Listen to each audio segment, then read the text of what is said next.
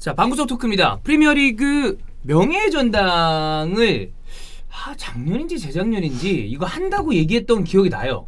아, 그때 뭐 해외 쪽에서 보도가 있었죠. 그때 오피셜한 건 아니었고. 네네네네. 그냥 이제 뭐 메이저리그도 사실 명예전당이 있고 다 있죠. 그리고 뭐 스포츠마다 다 있는데 네. 프리미어리그가 그동안 없었죠. 명예전당. 근데 요걸 이제 만들어서 누구를 이제 처음에 넣느냐가 중요하잖아요. 명예전당에 어떤 선수가 들어가는지가 중요하니까 거기 이제 해당 선수가 발표가 됐는데 다들 조금 예상하던 선수들이긴 했습니다. 네, 뭐 그냥 당연히 들어가야 되는 선수들이 들어갔죠. 일단은 프리미어리그 사무국이 현지 시간 26일 티에리 앙리와 앨런 시어러의 명예전당 헌액을 발표를 했습니다. 쌉인정이죠 이거는. 네. 그렇죠. 이 명예전당 회원 같은 경우는 프리미어리그 출범 이후 250경기 이상 출전하는 조건을 갖추고 있어야 되고요. 지난해 기준 8월 1일에 은퇴한 선수여야만 헌액 후보자 자격을 얻습니다. 네. 그러니까 8월 1일 기준으로 딱 했을 때 만약에 8월 2일에 은퇴했다. 그러면은 이거는 이번 명예전당에는 헌액이 그 자격이 안 되는 거예요. 자, 그래서 어쨌든 앨런 시어러 그리고 앙리가 이제 들어오게 됐는데 앨런 시어러와 티에리 앙리는 뭐 저희가 앞서서도 말씀드렸지만 그냥 뭐 당연한 선수들입니다. 앨런 시어러는 잉글랜드인 선수 중에 최고의 선수다라고 하면 될 것 같고 티에리 앙리는 외국인 선수 중에 최고의 선수다라고 하면 될 것 같아요. 그렇죠. 그러니까 뭐 프리미어리그 외국인 최다 골 기록은 아구에로가 깼지만 그래도 이제 그 뭐 이제 우승 경력이나 뭐 종합적으로 따져봤을 때 그리고 어떻게 보면 조금 상징성이라고 해야 하나? 저는 그 면에서도 앙리는 충분히 들어갈 수 있다고 생각합니다. 골과 별개로 경기 영향력이 정말 좋았던 인물이죠. 그렇죠. 앨런 시어러를 제외하면 EPL에서 킹이라는 단어를 붙였었던 선수는 앙리고 그에 준하는 어떤 활약을 보여줬었던 공격수들을 생각을 해보면 지금은 PL에 없지만 호날두, 그 다음에 약간은 포진이 다지만 루니도 있고, 그리고 아구에로 있을 것이고 단기간이지만 수아레즈, 그리고 뭐 앙리 이런 선수들이 떠오르는데 약간 좀 PL 하면 떠오르는 선수가 앙리긴 한 것이 호날두는 레알 마드리드로 중간에 떠났고, 그 다음에 루니는 후반부의 활약이 약간 아쉬운 게 있고, 그리고 수아레즈는 너무 단기간이고. 아구에로는 뭔가 아틀레티코 마드리드에서 맨시티로 넘어온 거 물론 맨시티에서의 활약이 전성기 때라고 보지만 커리어의 전체 황금기를 보냈던 거는 조금 앙리에 가깝지 않나. 아구에로가 마이너스 요소가 좀 있는 게 있어요. 그러니까 중간중간 시즌들을 보면 부상 때문에 의외로 풀시즌을 뛴 경력이 거의 부족하고. 그렇지. 그러니까 뭐 이 선수의 활약이 아쉽다기보다는 부상이 좀 아쉬운 게 있죠. 그러니까 앙리랑 뭐 이런 리그에서 네로라 역대 공격수들과 비교했을 때 약간 점수가 깎일 수 있는 요소가 잔부상. 그리고 우리가 생각하는 거에 비하면 득점한 경력도 적죠. 한 번인가에 그쳤으니까. 그거 생각보다 적어. 네. 그래서 그런 걸 보면 상징적으로 앙리와 같은 공격수들에 비교했을 때 골스탯은 누적치로는 아구에로가 앞서지만 평가 자체로는 아구에로가 조금 부족해질 수 있는 요인들이 여기에 있다고 보여져요. 뭐 어시스트 기록이나 뭐 이런 걸 생각을 해보면 그러니까 남는 건 타이틀이고 팀 커리어는 물론 좋죠. 아주 뛰어나긴 하지만 이 시어러의 주요 기록을 좀 보면 대회는 프리미어리그 우승 한 번 했습니다. 이거 블랙번 때고요. SAS였죠. 네, 개인 기록은 발롱도르 3위 한 번 했고 피파 올해 선수 마찬가지로 3위 그리고 프리미어리그 시즌 MVP 94-95 시즌 그리고 프리미어리그 득점왕 3회 그리고 역대 최다 득점자의 이름 올리고 있습니다. 네, 저는 그 블랙번 시절에 서튼하고의 그 투톱이 SAS 그 프리미어리그의 전술 계보를 다루는 어떤 서적이나 전술 그 가이드를 보면은 기본적으로 이 트윈타워라고 부르는 투톱이 90년대 축구에 굉장히 많은 역할을 했다고 좀 알려져 있어요. 저는 뭐 이 선수들을 직접 이때 보지 못했으니까 근데 그때 SAS가 그거잖아. 무슨 영국 특수부들의 그렇게 뭔가 있을 거예요. 그런 거 뭐 그런 건가 봐. 뭐 무슨 UDT 이런 것처럼. 그래서 SAS가 시어러 앤 서튼인데 공격력이 너무 뛰어나니까 특수부대 같다라는 느낌으로 그 리버풀에서 SAS 됐을 때 그 이제 수아레즈 스터리지 그 다음에 뭐 스털링까지 껴서 SSS 하기도 했었는데 그때가 새로운 SAS 콤비의 어떤 재림이다 이런 얘기를 했었죠. 그 수아레즈 스터리지는 진짜 속도와 역동성으로 승부를 봤다면 파워 진짜 파워 높이 롱볼에 정말 최적화된 투톱이라고 평가를 받았죠. 저는 이제 시어러 뉴캐슬 시절 2000년대 초반에 본 건데 그때도 시어러는 이 딱 그 골 넣었을 때 어떤 쾌감과 파워풀함? 그러면 그때 당시로 돌아가 보면 두 명이었어요. 바티스투타 앤 시어러. 골대를 찢어버릴 것 같은 그런 슈팅. 그리고 골 넣고 이거. 이 특유의 세레모니 있잖아요. 택시 잡는 것 같은 거. 세인트 제임스 파크에서는 진짜 감동을 준 인물로 항상 알려져 있죠. 네. 자, 그래서 시어러가 이렇게 얘기를 했습니다. 매우 큰 영광으로 생각한다. 나와 함께 일했던 감독, 코치들뿐만 아니라 팀 동료들 모두에게 감사하다. 9번의 흑백 셔츠를 입는 것은 환상적이었다. 매 순간 즐거웠다라고 하면서 뉴캐슬에 대한 또 애정 표현을 했습니다. 맞아요. 그리고 테일이 앙리죠. 네, 앙리 프리미어리그 우승 2회, FA컵 우승 3회입니다. 발롱도르 2위 한 번 했고 3위도 한 번 했어요.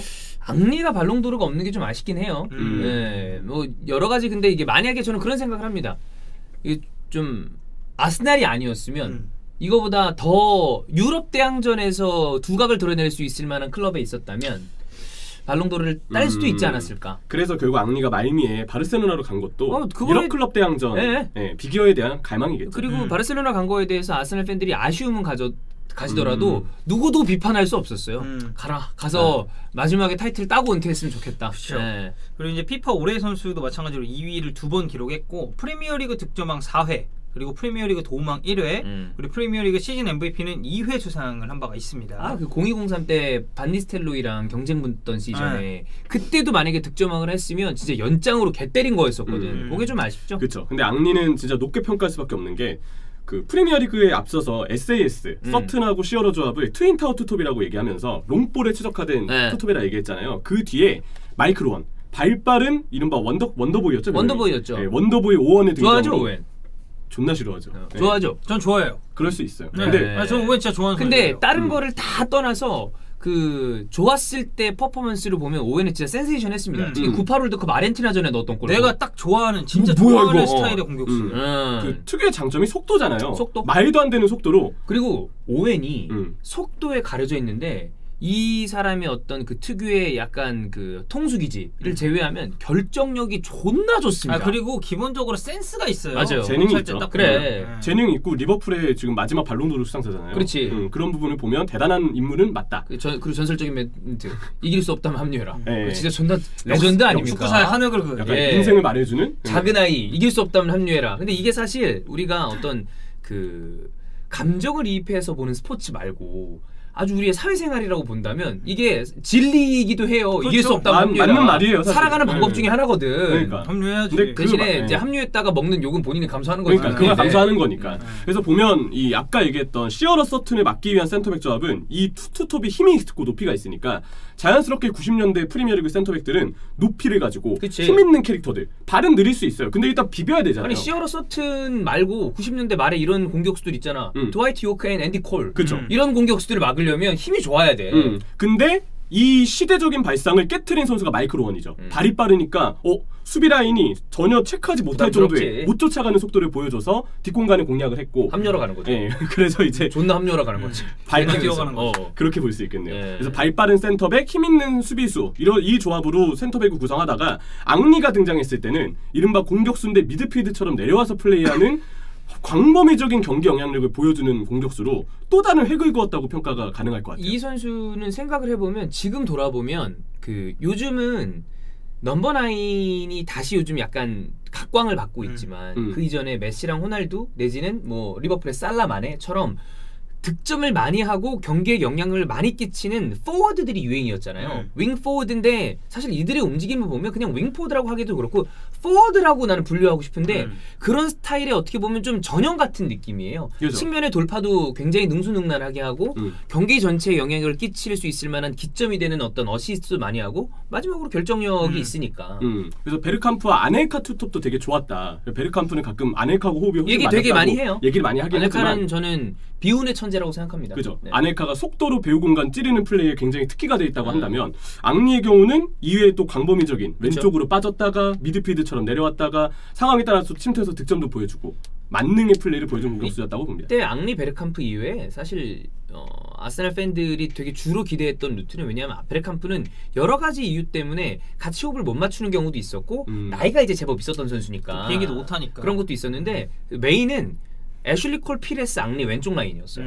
거기가 이제 조지는 라인이었죠. 근데 이제 콜이 첼시로 가면서 깨졌지 금방. 근데 앙리도 이제 왼쪽으로 많이 빠지잖아요. 네, 그래서 그 왼쪽 라인이야. 트라이앵글. 자, 그래서 앙리는 시어러와 함께 명예전당에 헌액되는 것은 매우 특별한 일이다. 만약 당신이 내가 축구를 시작할 때 내가 명예전당에 들어갈 것이라고 이야기를 했다면 난 당신을 믿지 않았을 것이다. 매우 영광스럽다. 라는 얘기를 했습니다. 자, 그리고 이제 추가로 23명의 후보자가 또 발표가 됐는데 2021년 프리미어리그 명예전당에 입성 가능한 선수들의 리스트입니다. 이 중에서 총 6명이 헌액이 되고 투표 가능한 컨텐츠라고 할 뻔했네. 투표 가능한 상이에요. 가능한. 네. 가능한. 5월 9일까지입니다. 그래서 프리미어리그 공식 홈페이지에서 해주시면 되고요. 지금 축구계 큰 투표가 2개 있습니다. 5월 9일까지 프리미어리그 명예의 전당, 5월 4일까지 K리그 마스코트.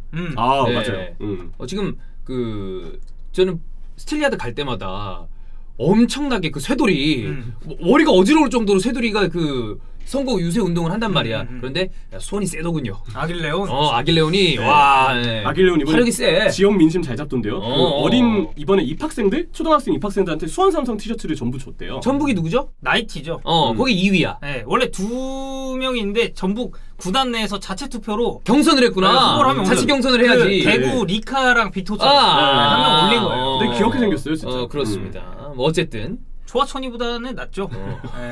그건 인정합니다. 예. 2개의 큰 투표가 있는데 프리미어리그 투표도 큰 투표입니다. 네. 그래서 리스트를 쭉 보면은 그냥 다 납득 가능한 선수들, 뭐 토니 아담스, 데이비드 베컴, 뭐 베르캄프, 칸토나도 당연히 있어요. 뭐 나는 개인적으로 반페르시도 있네. 나는 반페르시에 대해서 반통수에 대해서 여기 들어가는 게 맞냐라고 묻는다면 솔직히 얘기하면 약간 이견은 있을 수 있다고 보지만 들어갈 수 없는 선수라고 생각하진 않아요. 후보에 노미네이트는 가능하다. 나도 그렇게 된다고 봐. 근데 실질적으로 명예전당 헌액이 돼야 되느냐, 그거는 조금 싸울 수 있다. 왜냐면 이 선수가 잘했던 기간이 아스날도 그렇고 맨유도 그렇고 길지는 않거든. 그렇죠. 근데 나는 여기 아까운 거는 여기 체어가 없어도 돼요? 체어 있어야죠. 근데 없네. 체어가 없어. 체어는 2022년에 주려고 하나? 체어랑 반대 사례가 없는 거는 난 너무 좀 아쉬운 것 같아. 체어가 언제 은퇴했죠? 최근은 은퇴한 게 비교적 최근이지. 아스날에서 은퇴했으니까. 1819 유로파 준우승하고 그 뒤에 은퇴했을 거예요. 근데 이게 나는 최후가 안 들어가는 게 난 PL 프리미어리그가 출범된 이후에 최고의 키퍼를 꼽으라면 둘이 들어간단 말이야. 반데사르, 체흐예요. 근데 이 둘이 여기 없어도 되나? 그러네. 그 둘은 무실점 기록도 막 서로 경쟁해서 깨고 그런 부분까지 보여줬잖아요.